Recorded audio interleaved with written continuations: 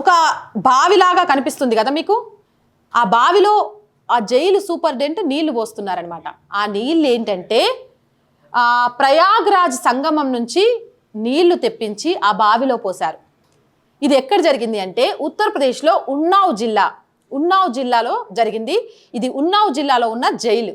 ఈ jail superintendent అక్కడున్న ఖైదీలందరూ కూడా ప్రయాగ్రాజ్ మహాకుంభమేళకు వెళ్ళి తర్పణాలు వదిలి వాళ్ళ పెద్దవాళ్లకు తర్పణాలు సమర్పించి ఏమంటారు పితృ రుణం తీర్చుకోవడానికి అవకాశం ఉండదు కాబట్టి వాళ్ళందరికీ కూడా అందులో పార్టిసిపేట్ చేసిన ఆనందం పుణ్యం రావాలి అనే ఆలోచనతోటి ప్రయాగ్రాజ్ నుంచి నీళ్లను తెప్పించి ఒక చెరువులాగా తయారు చేసి ఒక బావిలాగా తయారు చేసి అక్కడున్న ప్రతి ఒక్కరు కూడా ప్రయాగ్రాజ్ మహాకుంభమేళ నీళ్లతో స్నానం చేసేలాగా చేశారట.